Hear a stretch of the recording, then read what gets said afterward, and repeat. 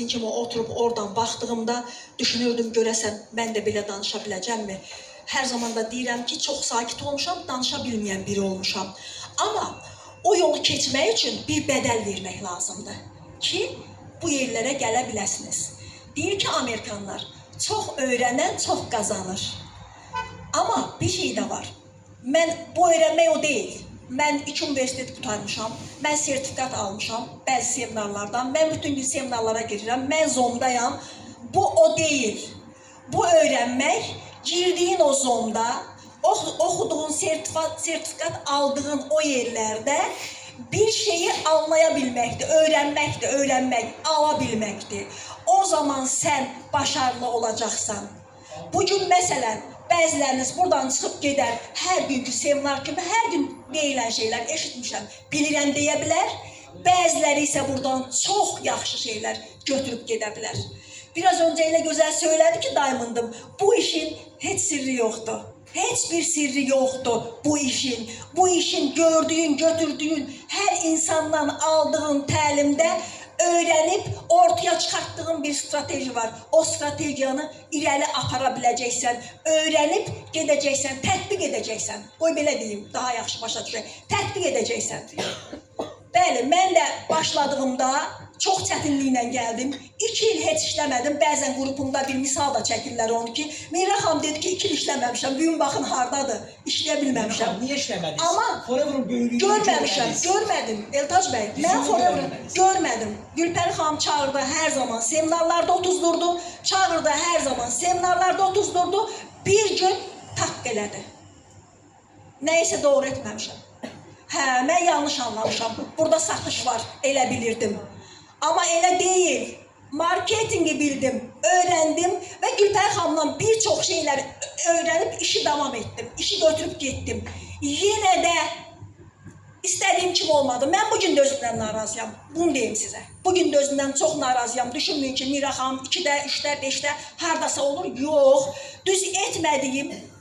Ben ondan razıyım. O özünden narazı. Ben kendinden razıyım. Öyle değil. Özüne haksızlık ediyor.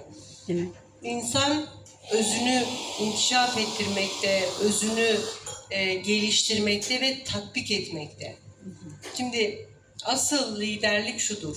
Öğrendiğini öğretebilen ve diğer insanları da zirveye çekmek isteyen insandır. Bunu görebiliyorsam eğer, Azerbaycan'da ben 100'den fazla, belki 300 tane menajerim var benim.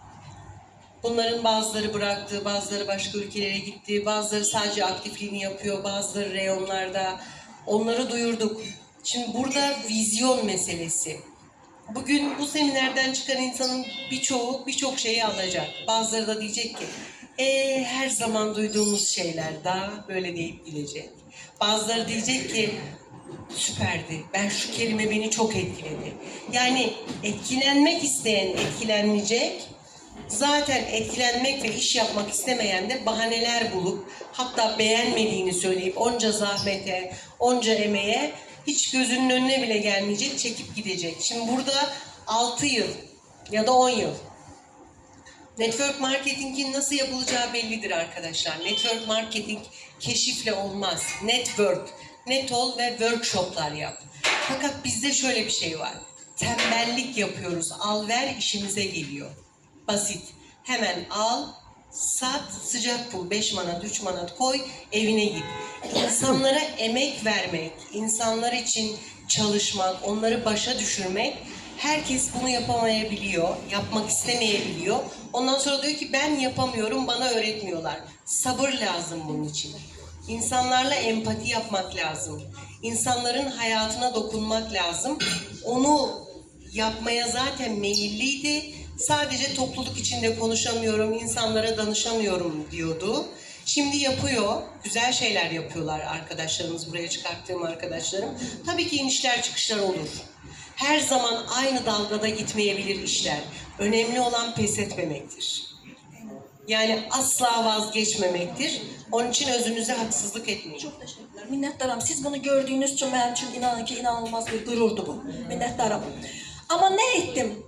Bak bir gün aranızda var bunlar. Deyir bacarmıram, istəmirəm, olmadı. O bacardı, mən bacarmaram. Onların ən zəifi mən idim. Elə bilirdim ki, heç bacarmaram. Oturdum, ne deyirik burada? Özün. Oturdum, harda səhv etdim? Harda doğru etdim, bu yolu gedəcəm.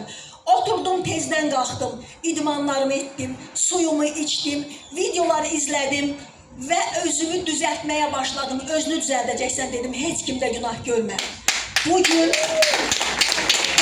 kazanmayanlar sponsoru günahlandırmasınlar. Özünü günahlandırarsansa, özündə səhvi görərsənsə, onu düzəltməyə davam edə bilərsən. Mən 5-6 il sonra, 7-8 il, hətta 8 il, 9 il sonra mən özüm artıq düz yolu seçib yolumu getməyə davam etdim və Gülpər xanım dediyi kimi bu iş yaxşılıq işində. Yaxşılıq işində nə etdim ki, insanlara yaxşılıq etdim. Bir çoxları sayəmdə bir çox uğurlar qazanmağa başladı. Bu da bizim üçün fəxrdir dostlar, fəxrdir. Bilin ki, olduğunuz yer, bax hələ özünüzə güvənmirsiniz. Bir hər zamanda bunu deyirəm, insanın ən böyük zəfəri öz üzərində çaldığı zəfərdir. Hələ özünüzə güvənmirsiniz, ona görə insanların içərisində rahat deyə bilmirsiniz bunu. Mən o qədər güvənirəm Forever'a, o qədər güvənirəm özümə. Qarşıma kim çıxsın, Azərbaycanın ən böyük insanı olsun. Qətiyyən Forever haqqında artıq əski danışa bilməz. Qətiyyən, çünki mən onu tanımışam artıq. Tanımışam onu. Özünüzü tanıyacaqsınız, Forever'ı tanıyacaqsınız. Vəssalam, bitti. Teşekkür